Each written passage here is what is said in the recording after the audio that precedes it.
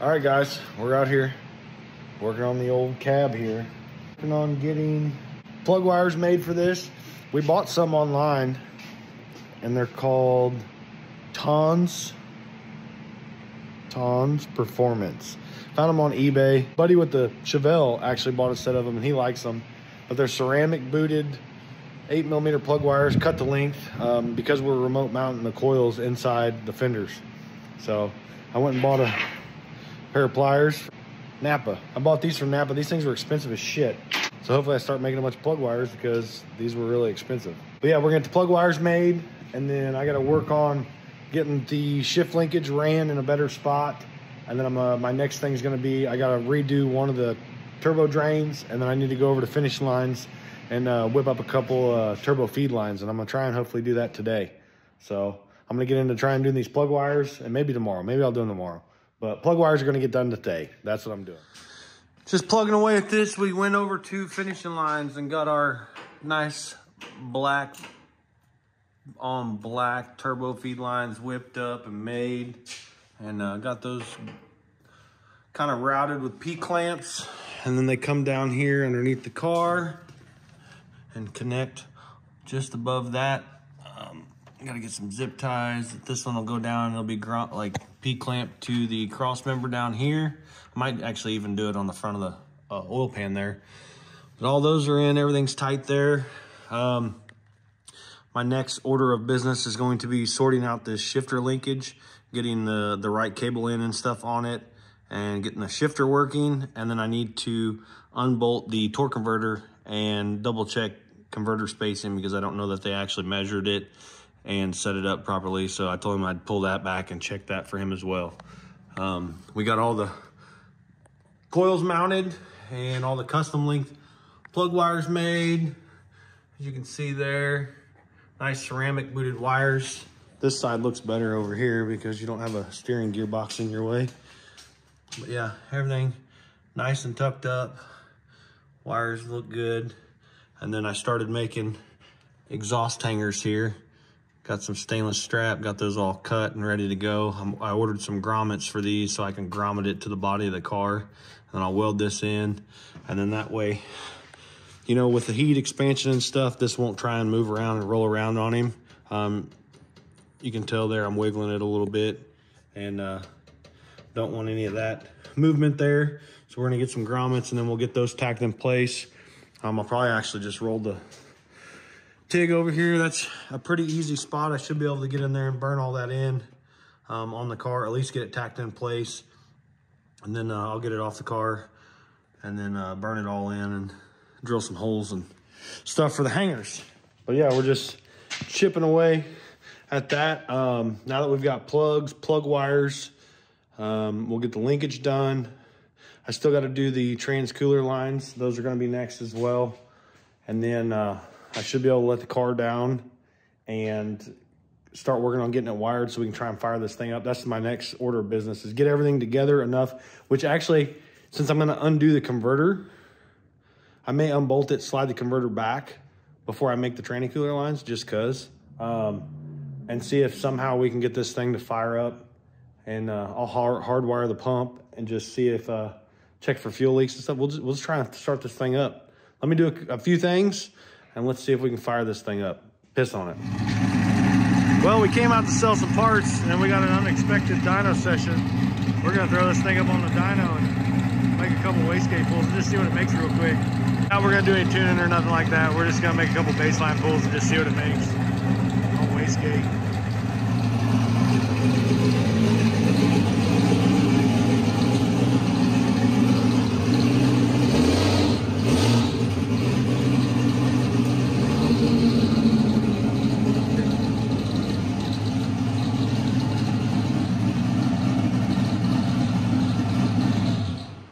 This is gonna be interesting. Yeah,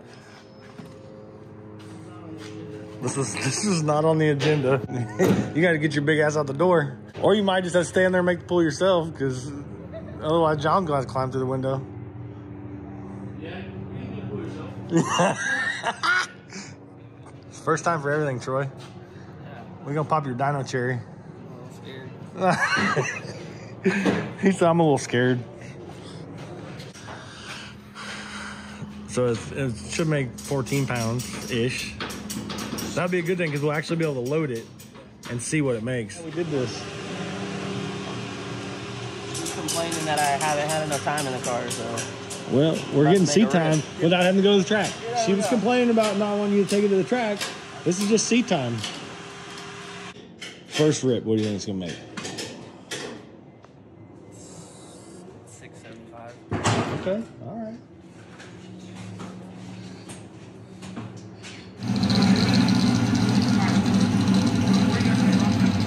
Getting a dyno lesson here.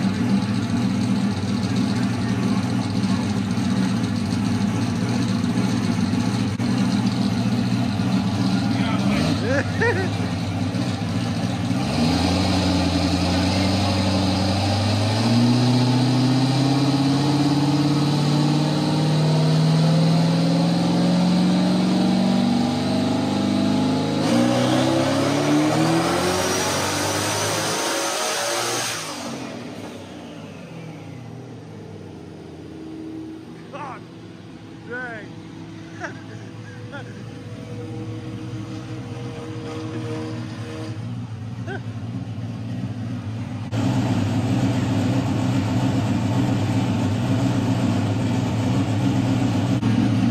$465.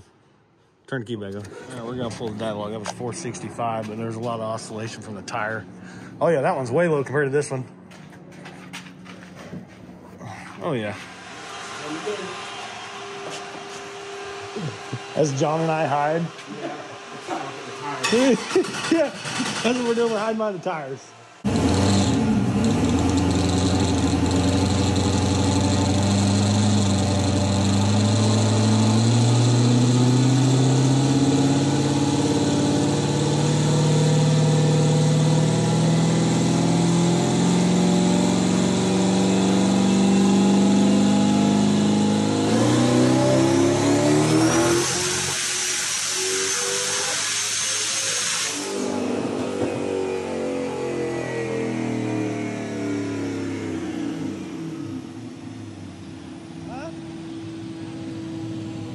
Get out of it? Yeah.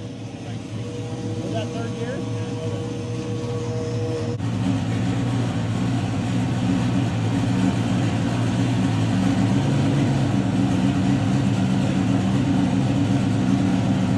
There's no airflow. There was a lot of smoke. Yeah, it's like I said, I think it's spitting out of that front crank seal. Yeah, it is.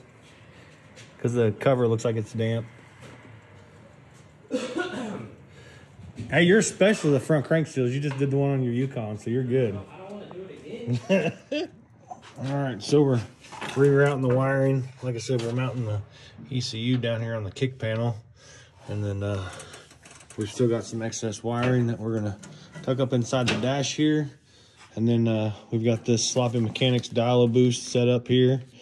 I wasn't gonna run this initially, and then once I got to looking at it, it's set up to plug into the power tap, and then it has 2 boost solenoid output wirings, and then the alternator wiring is actually in this loom as well. For now, I'm just trying to get the wiring run out to the alternator so I can get that wired, and then that way when we do start this, we'll have a charging system, and then we can start it and let it run and let it heat cycle and all that stuff before we get into everything else that needs to be done to the car as far as like brakes, and then the transmission has to come out of it because there is no spacer between the crankshaft, the back of the crankshaft, and the snout of the converter. So we're gonna have to pull that out and fix that. So, but like I said, the main thing we're gonna do right now is just try and get it wired enough to where we can start it and hear it run. All right, so we got our switch hooked up, and you can see there the light's on. So we should be able to, we got one wire or one lead connected to the starter solenoid wire that we just ran. And then the other one's mounted or connected to the big lug side of the starter solenoid with the 12 volt going to it. So we'll hit this, make sure we don't have anything in the way of this belt here. Good thing I checked that. That probably would have got chewed up. Everything's out of the way there. So now we should be able to crank this and see what happens. It cranks.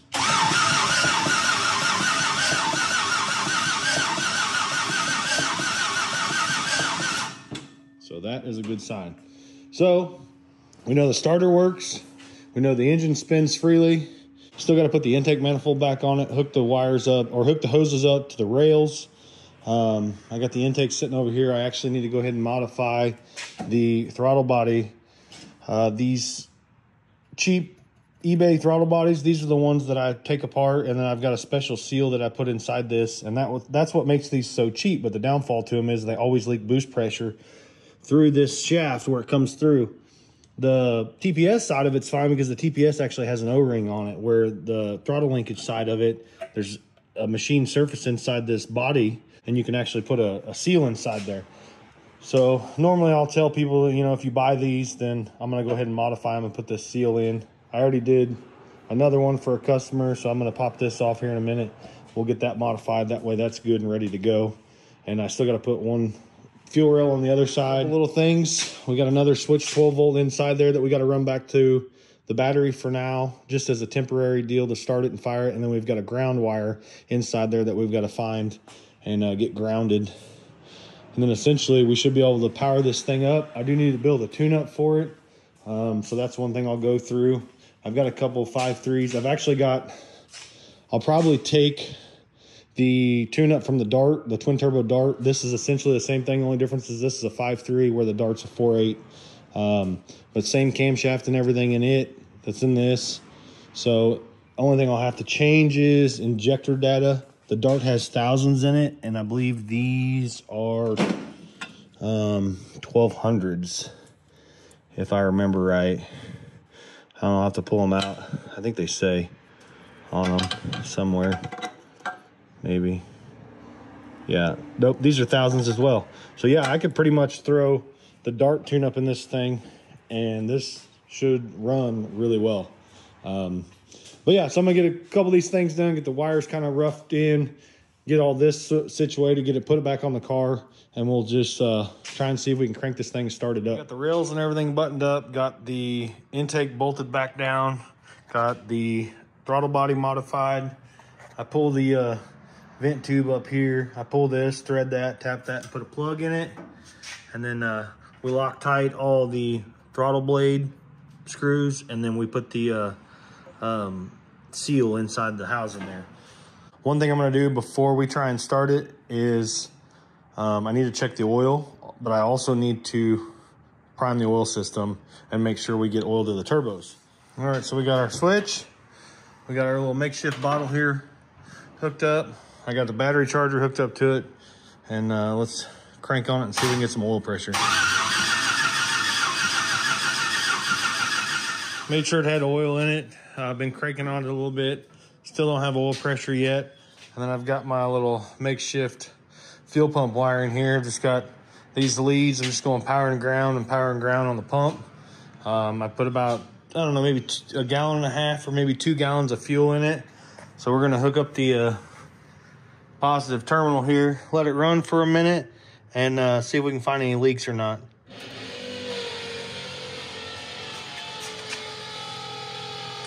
That already looks like a leak right there.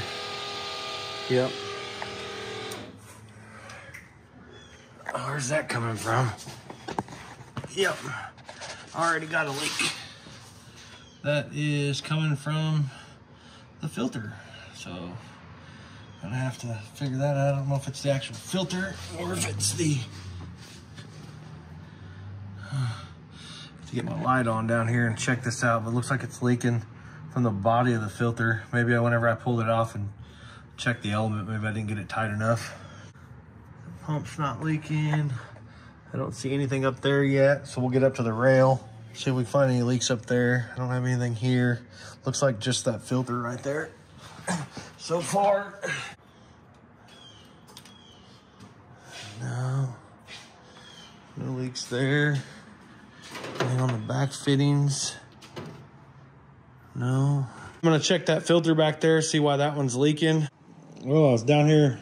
I was just gonna go ahead and wire up the fuel pump and run the main power wire and the ground wire and stuff for it. And as I was hooking up the wires, for some reason, I assumed this pump was bought used, but I was down here.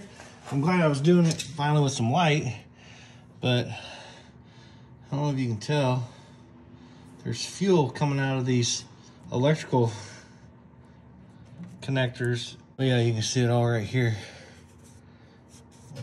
There's fuel coming off of it. I don't really know what to make of that. I can't win. I tell you, I really can't. This car has beat me to death every step of the way.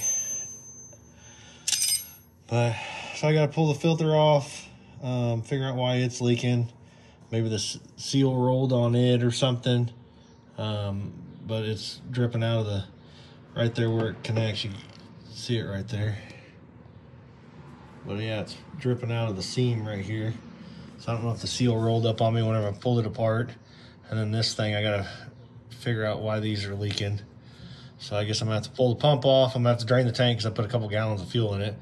But I guess I'm gonna disconnect my wires here. I'm gonna go hook up a return line to drain the tank. That way I don't have to pull the fitting off the bottom of the sump and make a mess. So I'm gonna do that now, and I still don't have oil pressure, and this is still just a pain in the ass. Stand by. All right, we're gonna hook this up.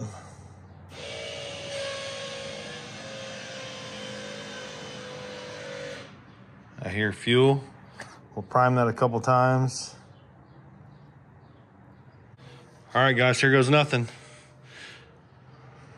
Oh man, this is nerve-wracking. Ready?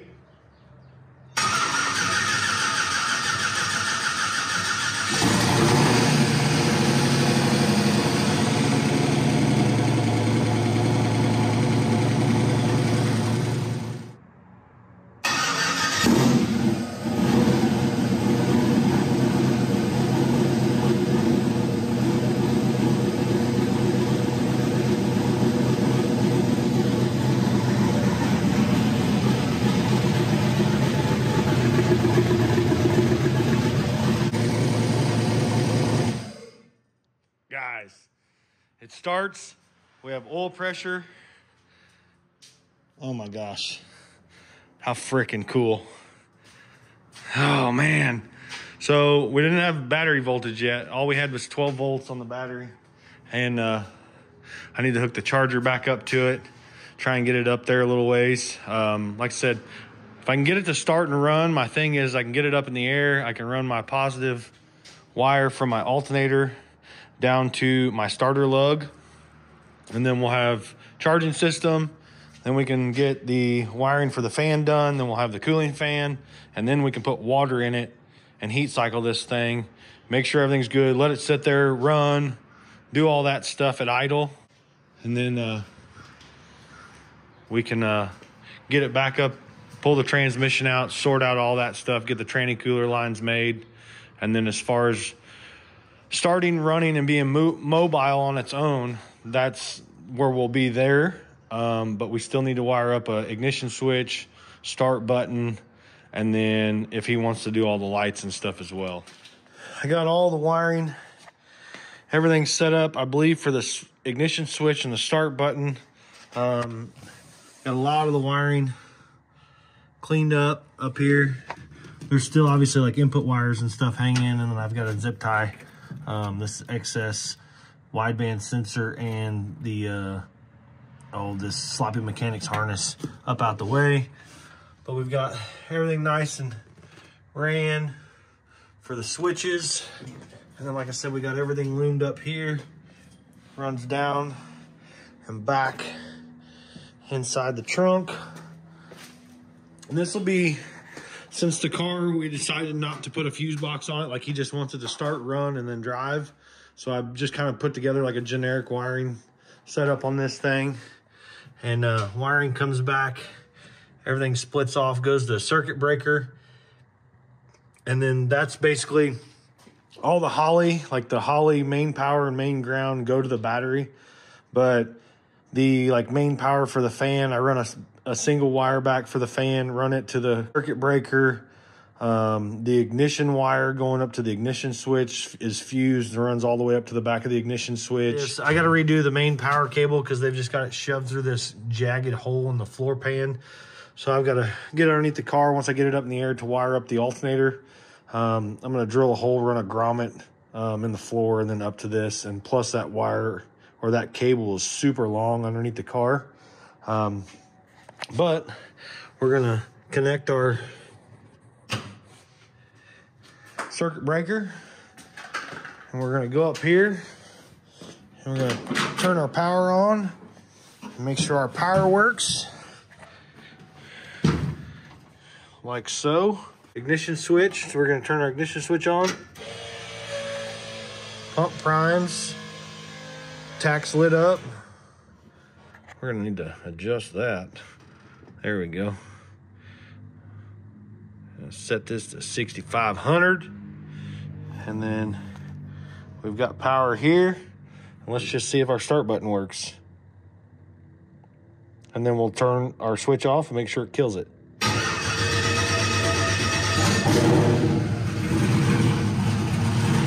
We've got tack signal.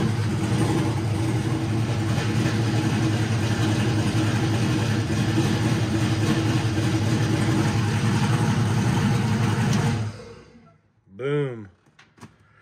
That is golden. And the good thing is I can go back here and then I can hit this circuit breaker and that'll kill power.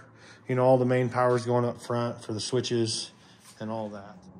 Anyways, huge day here getting this thing fired up. My buddy David, the owner, is going to be down here tomorrow. He's going to get to start his car for the first time with a turbo LS or twin turbo LS. I know it used to have a small block in it, but it's going to be the first time he gets to start it with this motor and stuff in it. So be pretty cool. We still got some more work to do, but we're chipping away at it. And now I can see a little bit of light at the end of the tunnel. So anyways, that's going to do it for today's video, guys. Thanks for watching. Keep following along. We'll see you on the next one.